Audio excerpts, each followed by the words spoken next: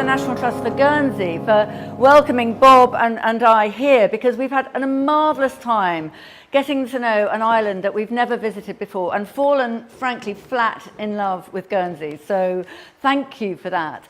And I've also, I think, fallen in love with not just the physical appearance, but the spirit of Guernsey. And I read something by Victor Hugo, who, as you know better than me, was a famous resident of the island. And he said, "The work of the sea, which has brought destruction, has been supplanted by the work of man, which has created a people." And I really love that idea, because I'm passionate about cultural landscapes, about man-made, man-created landscapes. But Victor Hugo is adding in that idea that it's not just the physical appearance, but the people that make a place. And certainly this is a place with immense character and immense spiritual succour is perhaps the only word that I can use. And so, you know, I've learned a lot in a day and a half, and we can't stay longer. But I think what I wanted to talk to you about tonight is something which I hope will be relevant, inspiring, and possibly even something which will kind of encourage us in our darkest hours. Because I want to talk actually about beauty. When I left the National Trust, everyone was very surprised indeed. I must get the right button here. Let me get this right. Yeah. When I left the National Trust, I went to work as Master of Emmanuel College, which is an incredibly beautiful college. In fact, I sometimes say it's a bit like being a property manager in the National Trust. Beautiful buildings, beautiful gardens, people with interesting ideas, not always agreeing with each other, all of the rest of it. But I also did become chair of the International National Trusts Organisation. I bet actually who there is from Guernsey, and perhaps Charles is there as well. This is us at one of our recent gatherings. It's a body of national trusts all over the world with an inspiring and a kind of collective vision, which is really incredible, and which I must say has certainly inspired me for many years. But I think the thing that holds us all together is this idea of beauty. This is the theme of my book. And the thing that intrigues me about beauty is it's a word that we all use all the time, don't we? We went somewhere beautiful, or we saw something beautiful. We feel very comfortable with the word, whether we're talking about the beauty of landscape, or whether we're talking about the beauty of wildlife, or whether, frankly, we're talking about the importance of our cultural heritage. We all feel very, very comfortable with the word. But you know what? At least in the UK, this is not a word that you ever hear politicians using. Because politicians are entranced by something different. They're entranced by the economy. And they tell us, I mean, you know, it's the economy, stupid. Wasn't that Clinton's great word when he came into power? And it's almost as if politicians are embarrassed to use the word beauty, as though somehow revealing an emotional side is not the right thing to do. And instead of using a word like beauty, in fact, we have invented a whole load of management speak words to substitute for it. Words like biodiversity or ecosystem services. Horrible words which don't really mean anything and certainly don't inspire us. And so we've kind of lost that idea in public life of talking about beauty. But it wasn't always like this, because if you think about our past, whether it's through poets or writers or music or early architecture, beauty was absolutely stitched in to our very being as a culture. It was Chaucer who wrote that it was the beauty of an April spring that longing folk to go on pilgrimages. I love that idea of people longing to go on pilgrimages. But I mean, the early churches, you have many here, sorry, that was Fremantle Bay, wasn't it? Freemain Bay, to put it in. The early churches, which were, you know, at one level could have been built in an entirely utilitarian way, but they weren't. They were built beautifully with craftsmanship and with love. And indeed, whether you talk about, this is a Saxon church near us in Gloucestershire, this is Ely Cathedral near Cambridge. This was something done reverently, but also beautifully. And beauty was absolutely integral to the vision of those incredible buildings. But it's perhaps the Romantic poets which best summed up the core values of beauty for us as a nation. And perhaps above all, it was this poet, Wordsworth, who wrote in words that I think all of us will know, those lines written above Tintern Abbey, to recognise in nature and the language of the sense the anchor of my purest thoughts, the nurse, the guide, the guardian of my heart and soul. So this wasn't just beauty as an aesthetic element, this was beauty as a deeply moral sense that shaped all of our lives and all of our thinking. And indeed, it was Wordsworth writing about the Lake District. This is the Lake District painted by John Glover, almost contemporaneously with when Wordsworth was writing about it. This is Thirlmere before it was drowned as a reservoir. And he talked even then, though, and then in his guide to the Lake District in 1810, about the things that were beginning to creep into the Lake District that were threatening its beauty. He talked about the ugly villas colonising the valleys, about the extraction of ores from the mountainsides, and he talked about the spiky larch. He hated the larch instead of these wonderful deciduous woodlands. And so he it was, of course, famously above all, who hated the thought of the arrival of the railway, and who wrote those words that any conservationist knows: "Is there then no nook of English soil that is safe from rash assault?" And so it was Wordsworth who took this idea of beauty as being central to people's lives and thinking into not only something we admired, but needed to protect, the shift from admiration to defence. But if there was a rash assault taking place in the Lake District, perhaps the real rash assault was that which was taking place in our towns and cities. And this famous cartoon by Cruikshank in the 1820s shows London going out of town. And look, you can see the bricks pouring out of the kiln and landing on the poor hayricks running for their lives. You can see the automatons marching on the countryside, destroying everything in their path. And you can see these houses which are decaying even as they are built. And this wasn't something that was made up. This was a fear both of the pace and scale of urbanisation and the filth and degradation of urbanisation. In Sheffield alone, in 5 years in the early 1830s, 156 new streets were built. This was development at a pace that no one had ever seen before. But also, houses decaying as they are built, well, this was the reality for many urban residents living in horrific circumstances, in housing that had no water or no clean air, horrible problems of typhoid and cholera, living lives with no sense or access to beauty at all. There were huge public concerns about the awful social conditions that rapid urbanisation brought about, a cacophony of public reports and public debates. And out of that cacophony came a voice explicitly for beauty, and that voice was led by this man, John Ruskin, who was both a great sort of art critic, architectural expert, a philosopher, an extraordinary man who, as a child, actually had a cyanometer to measure the blue of the sky because he feared, as he grew up, that the sky would no longer be blue because of the incredible pollution that was being pumped into the air. He travelled widely, wrote, as many of you know, about Venice and about architecture, but also had what can only be described as an epiphanal experience in the Chamonix Valley, where he saw a great storm break over the Alps. And he said in words very similar to Wordsworth that this is beauty, the meeting of nature, of man, and of a sense of destiny and commitment to the future. And he wrote and spoke on public platforms, gathered hundreds of people following him and inspiring him. He it was that set up and inspired the William Morris and his movement for arts and crafts, and indeed the Society for the Protection of Ancient Buildings, which inspired so much conservation architecture.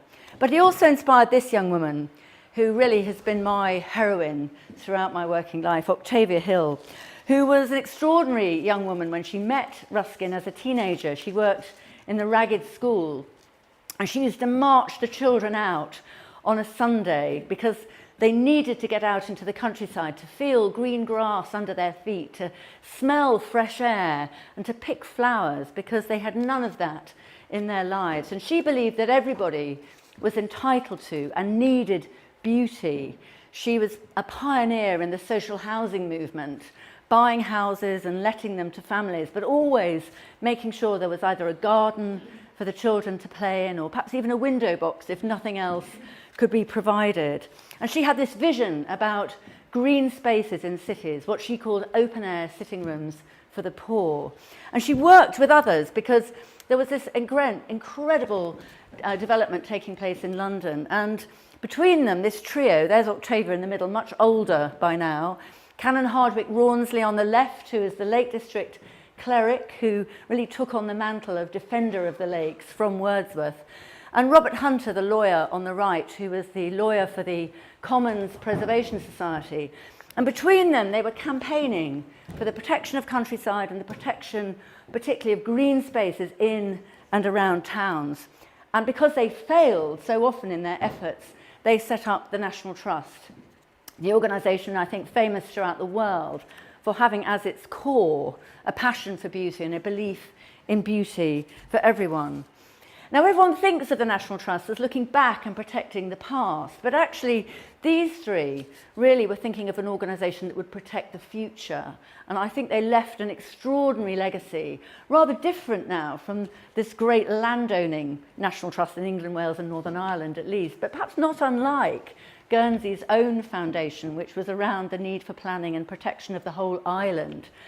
And one of the legacies they left, which they're not particularly known for, is the very first bit of planning legislation in the UK, the Planning Bill of 1919, which had as its aim the home healthy, the house beautiful, the town pleasant, the city dignified, and the suburbs salubrious. Now, those are words, amazing words. Imagine our planning system aiming for that today. It just doesn't bear thinking about. It's become so utilitarian and negative.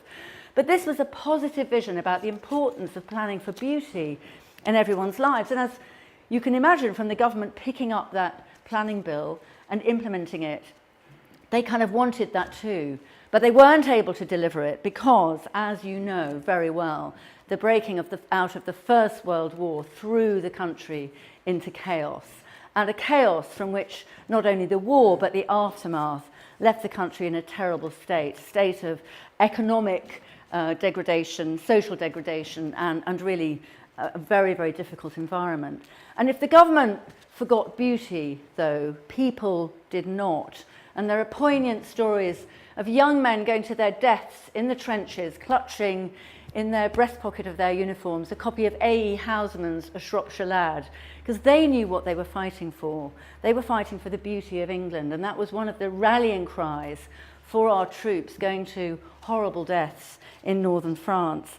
Stories like Edward Thomas, who didn't sign up until very, very late in the war. But when he finally did, and someone said, well, why are you going to join the troops? And he stood and he picked up a clod of earth and he said, for this, I'm going to fight for this. Very, very moving. And then he, as we all know, died in the closing stages of the war.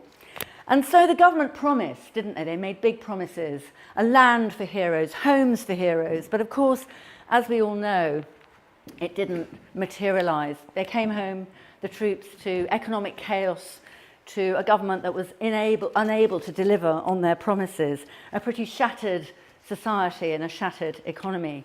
And as we all know, into a vacuum, there are people ready to walk. The government couldn't deliver all those homes, so who did? Well, the speculative developers walked into that gap, and they were not interested in beauty at all. In fact, they weren't interested in good planning or good anything, and this is a typical example. Along all of the trunk roads leaving all of the major cities of England marched the speculative developers, buying up land for cheap, putting up shoddy housing, and in a sense just doing whatever they could to make some money. And that stimulated a new fight for beauty. And that was because there was a kind of united public response to this horrible new phenomenon of urban sprawl. And perhaps some of the leading proponents of the new fight for beauty, people like Patrick Abercrombie, who was a very early planner from Liverpool, who was instrumental in setting up the CPRE, and perhaps also this wonderful book, very instrumental, by Clough Williams-Ellis, the architect, some of you may know, who designed Portmeirion in North Wales. It's in England and the octopus was, with its long tentacles, was strangling rural England and getting rid of all this sort of the beauty, if you like, of the countryside in its wake. And people were pretty horrified by the rate and pace of sprawl. G.M. Trevelyan, who was a great National Trust supporter, Regis Professor of History at Cambridge, wrote a pamphlet, a rhetorical one of course, saying, "Must England's beauty perish?" And it's full of purple prose about just how terrible modern life was in 1926. So this kind of sense that all was lost was really prevalent in public life. Indeed, J.B. Priestley, writing in the 30s, said, the Industrial Revolution was as nothing because it only affected a few places as this modern phenomenon of sprawl. And again, great pressure on the government to do something about it. But again, the efforts interrupted by war. But what was really interesting was that exactly the same arguments were used to inspire the troops as during the First World War. These famous wartime posters, "Your Britain, fight for it now," showing these idyllic pictures of a rural England unaffected by sprawl, it has to be said. But this idea of a romantic England for which everyone was fighting, it was used to recruit people into a war that really nobody wanted. And certainly the memories of the First World War very heavy on everyone's minds. But partly because of that, it was very, very clear that this time things would be different. Never again, said Churchill, who led the political consensus during the war, will people return to broken promises and to a shattered economy. Never again will we let our people down. And so he commissioned the Post-War Reconstruction Committee, even as the war began. And that Reconstruction Committee was cross-party, commissioned reports from a whole raft of academics and others on every aspect of society. So Beveridge, you'll remember, on the health service and welfare service, reports on education, reports on rural life by Scott, on economic future by Barlow, and on a new planning regime by Uthwat. And those reports all had, very interesting, at their heart, the idea of the good use of land. Sprawl and this terrible waste of land was seen as a universal failure of government policy, and everything needed to revolve around good and wise use of land. And I think what's really, really interesting is how that idea was stitched in to all of those reports. But of course, Churchill didn't win the election, did he, after the war? Attlee did. And so here, I always put this in to show you the Attlee cabinet of 1945, because I want you to count the number of women in that picture.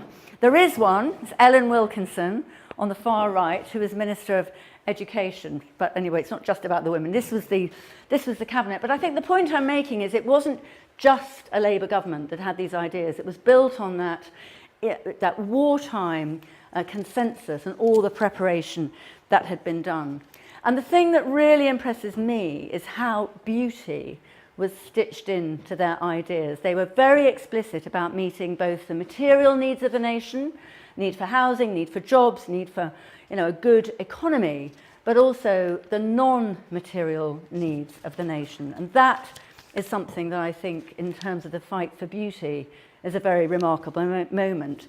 So as well as legislation giving the universal right to education, the health service and the welfare service for the first time, for housing and for jobs, there was legislation for national parks, the beauty of the countryside, the first time in our country we'd ever had this. This is the Peak District, which was the first national park. There was also within that legislation for access to the countryside. This is a photograph I love because this is Tom Stevenson at the front of the Ramblers Association, leading 6 members of Parliament, 3 of them members of the Cabinet, on a 5-day walk in the North Pennines along what was to be the Pennine Way. Now, I would love to take 6 members of Parliament, 3 of them members of the Cabinet, on a 5-day walk in the North Pennines. But would they come? Not on your life, they wouldn't come. They'd be far too busy. And this is to make the point, as John Silkins said, introducing the bill. He said, "The enjoyment of our leisure in the open air and the ability to leave our towns and walk on the moors and in the dales without fear of interruption are just as much a part of positive health and well-being as is the building of hospitals and insurance against sickness." So they got it. They got it that people needed these opportunities for release, for spiritual connection with beauty, just as important as hospitals and other development. And I think this is a really crucial recognition.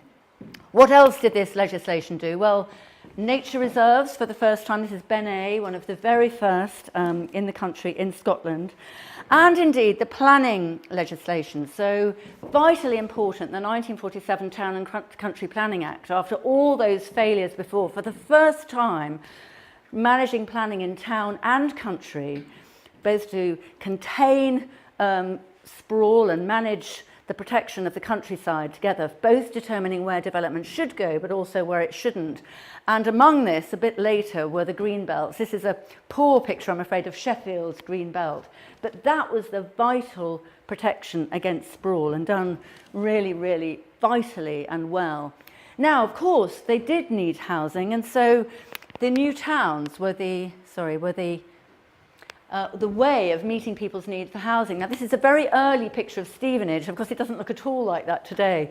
But I put it in partly to show you that there was an intention, in a sense, a rather Octavia Hill-like intention, to build green spaces and trees and parks and gardens into people's lives. So all the time, this post-war government trying to provide both for people's material needs for housing, but also their non-material needs for green space and beauty and access to the countryside. And what was fascinating about this whole process was that they were looking for harmony, for balance, for matching, if you like, a pressure for development and progress with looking after beautiful things.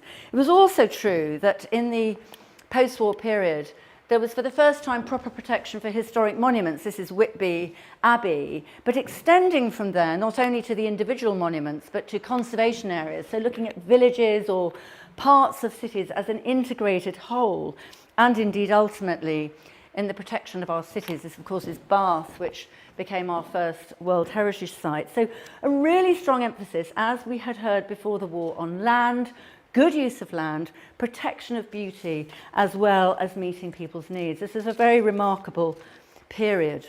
I have to say it's been pretty much downhill since then. And so what I'm going to talk just very briefly about is some of the fights that I've been involved with in my time as a campaigner. Ever since I left university, went to the first little charity that I worked for was the Council for National Parks, as you heard, then CPRE, and then the National Trust. The first one actually is about farming, because perhaps this is the thing that the post-war government didn't anticipate, because in the 50s, this is a very romantic picture, but farming was seen as an entirely positive force that looked after the countryside, beautiful buildings. Here's the farm we're in now. No problem. But of course, very soon after that, there was the big investment in improving the productivity and the efficiency of farming. And so, particularly in mainland UK, we saw dramatic changes in the landscape. Perhaps this slide illustrates the complete removal of landscape features like hedgerows and trees, wall-to-wall cereals, very intensive farming. And indeed, we saw dramatic changes in both the landscape and in wildlife. I mean, stories, as you will have heard, of losing a quarter of our heather moorland. This is Exmoor, where my first big fight was over the ploughing up of the Exmoor National Park, driven by public subsidy, farmers simply following economic signals, and the loss of the heather moorland, which had given rise to the designation of that national park. So a quarter of the heather moorland in England disappeared between the late 40s and the late 70s. 90% of our hay meadows in England disappeared in the years, similar years, 45 to 84. Huge loss of hedgerows and boundaries, and indeed a real sense of almost catastrophic loss of wildlife, which we're grappling with as a nation today. And yet farming should be and can be this perfect harmony between beauty and productive farming. This is a little village in Somerset where there is productive farming going on, and yet it creates a beautiful landscape. And as we are redesigning our farm policies in the run-up to Brexit, whatever you think of Brexit, we have at least a chance to get it right, and we must get it right. It should be through farming that we look after both the wildlife and landscape of our nation. There were fights about trees too. You might think trees are always good, but you know what? When they're plastered over the Lake District, and this goes back to the 1920s. Never mind Wordsworth's spiky larch. When the Forestry Commission was born and decided to plant Sitka spruce in Ennerdale, there was a battle royal. And it was CPRE, actually, which in the 1930s managed to persuade the Forestry Commission not to plant the Central Lake District, which is, if you like, the sort of hallowed ground for conservation. But still, forestry planting was going on in a very unsympathetic way. When I arrived at CNP in 1980, and my first battle was this kind of afforestation, just plonked in the middle. This is the Brecon Beacons. No attempt to introduce any kind of softening of the edges or versatility in planting. And that was very much still going on, again driven by public subsidy and a lack of concern for the kind of aesthetic or wildlife or other benefits that you can achieve through good planting in the right place.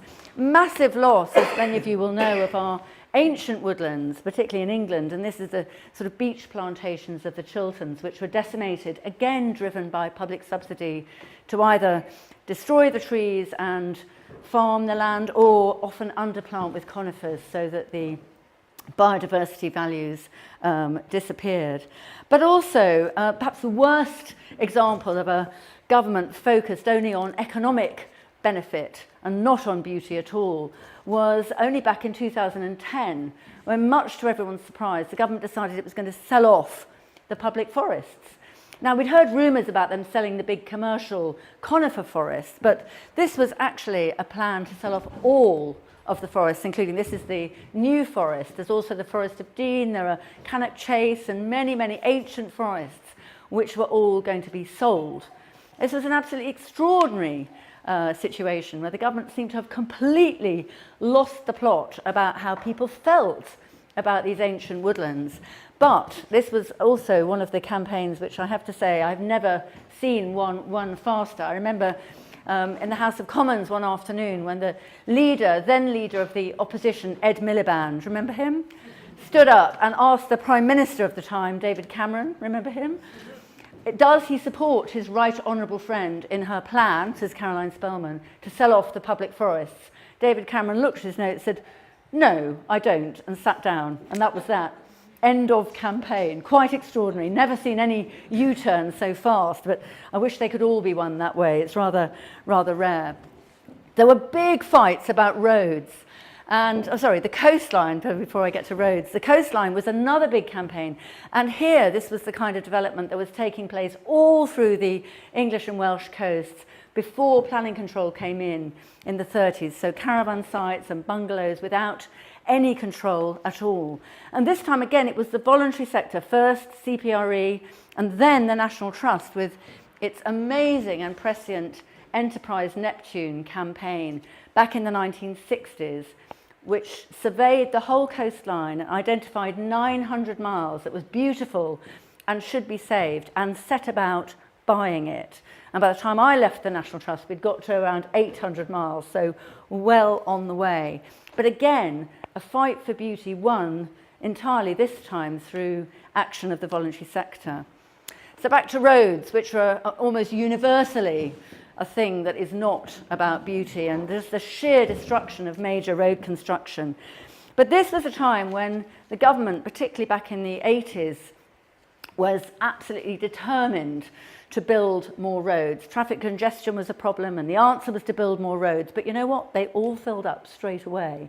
And so it was a self-perpetuating problem. But perhaps the worst clash over road building came when the government built this road, which is the M3, close to Winchester, through St Catherine's Hill, which is one of the most iconic and important spiritual places in the country. It's an ancient site full of mystical stories, and the government just put a motorway right through the middle, despite huge protests.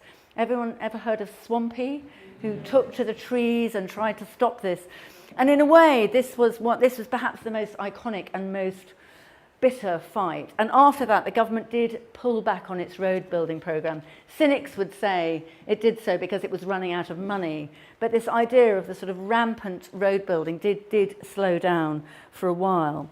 But actually, there's still a problem with new infrastructure. And we all love trains, and trains are very good for the environment. But actually, the current proposals for HS2 which is the new fast rail link, just seemed to have been put down as a line on a map, and only afterwards has the question been asked, what's the environmental impact? Now, this is HS1 actually running through Kent. It's the Channel Tunnel rail link. And I was involved with that back in the 80s when the leader of Kent County Council, who was a remarkable man and passionate about the beauty of Kent, and he stood up and said, okay, I can see we're going to have a railway, but I'm darned if I'm going to let this railway just go through Kent on a straight line without any concern for the people or the countryside through which it's going. And he made the company have public meetings every inch along the line and debate the whole route until they found the least damaging one through Kent. And although, you know, people may have views about the Channel Tunnel rail link, you very rarely hear people say that that wasn't the right thing to do. Whereas HS2 has had none of that proactive public consultation. It's just, as I say, a line on a map with people fighting desperately to protect their bit of countryside that's going to be affected. So, you know, we could have set out, couldn't we, with HS2 to build a beautiful railway, and yet they didn't, and it just ends up alienating people. Of course we're going to have a railway, we need railways, but why don't we go about it in a different way?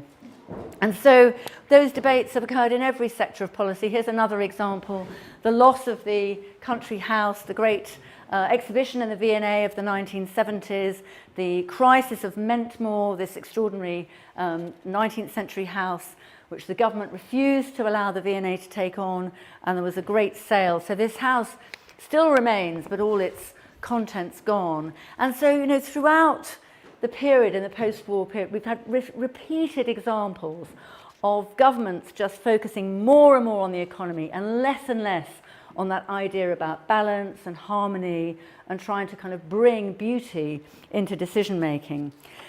And perhaps the place where that's been most obvious has been in the planning system.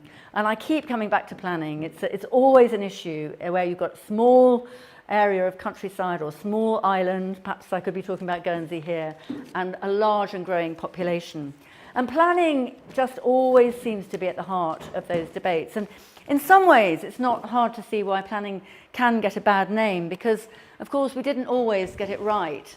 And back in the post-war period, where some of the devastation caused by bombing of our inner cities, planning allowed some pretty horrible reconstruction to take place, and people were quite cynical about planning.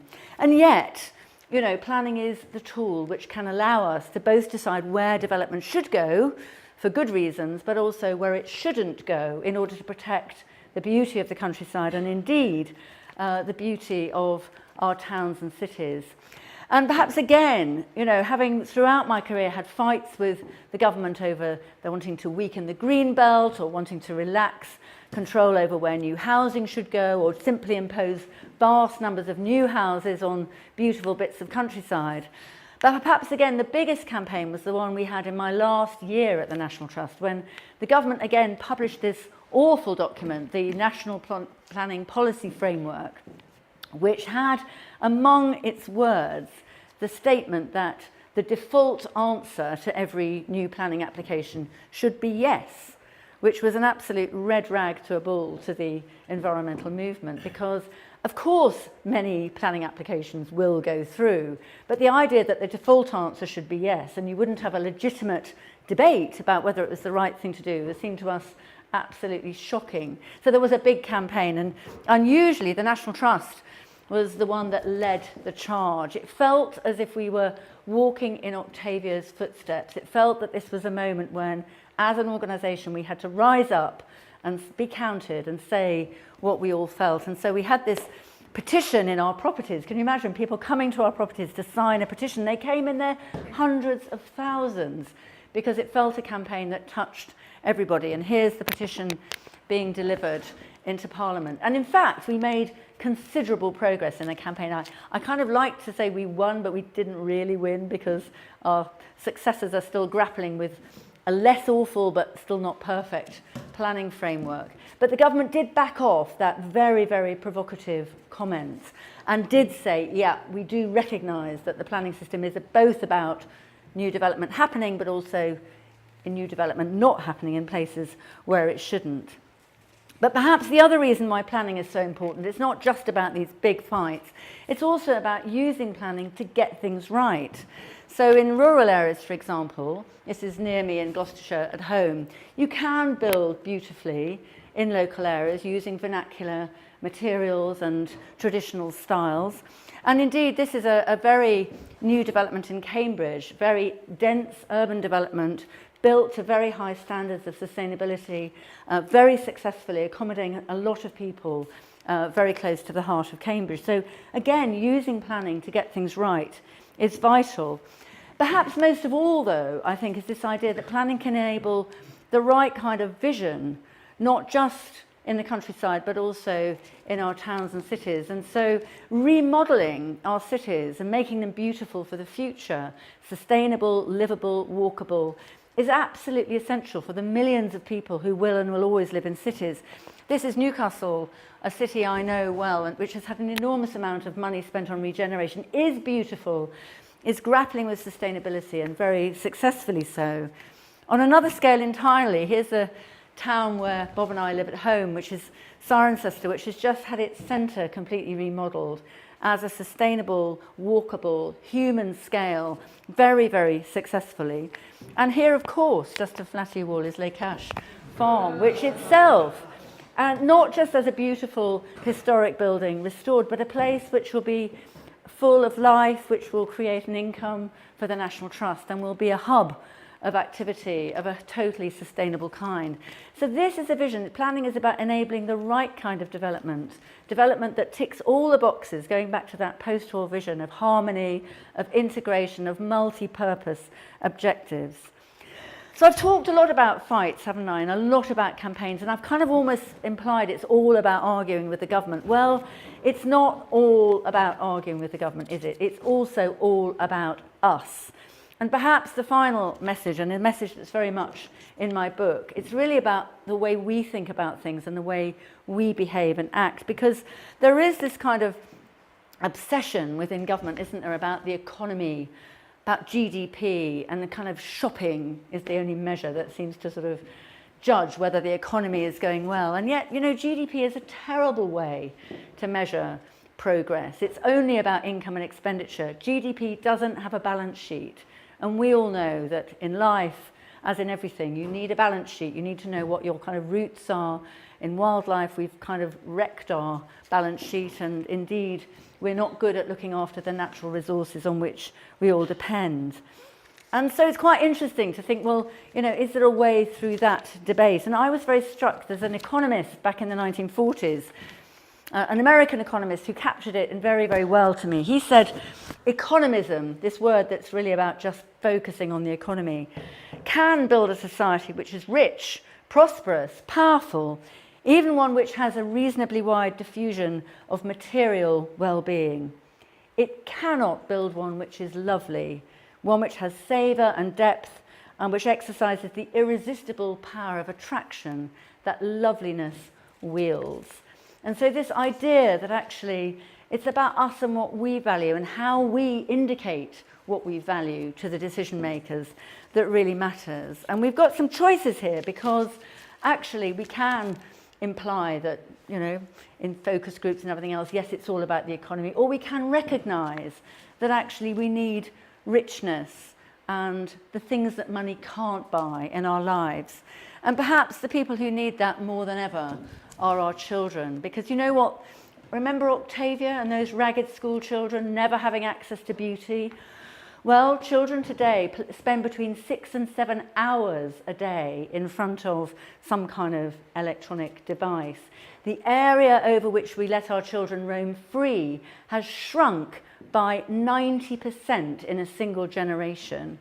And a child today is 3 times more likely to be admitted to hospital for falling out of bed than falling out of a tree.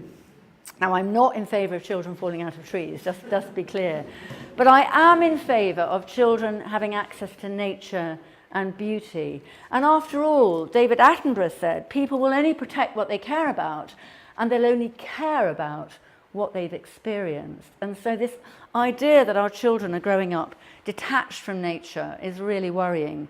Now, perhaps this is the campaign I'm most proud of in my entire time at the National Trust. This is called 50 Things to Do Before You're 11 3/4.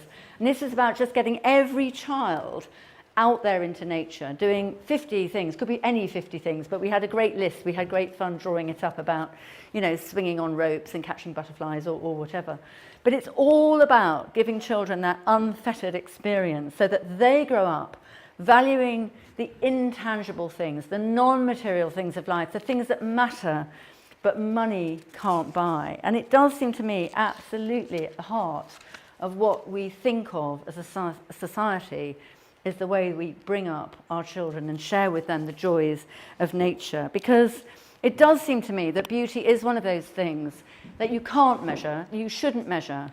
But if it's not part of decision making, if it isn't part of our lives, then we kind of lose something beyond price to us all, beyond value to us all, but is completely irreplaceable. We need beauty. It's not just a luxury we have when our economy is functioning. It's central to who we are and the kind of people we are. And so I'm always inspired by the words of John Muir, that great Scot who went off and lived in America, was a founding figure of the US National Park system. He said, we have to fight for beauty. We have to fight. It's not blind opposition to progress, but opposition to blind progress. So that's why I'm trying to revive the fight for beauty, and I hope you'll all join me. Thank you very much.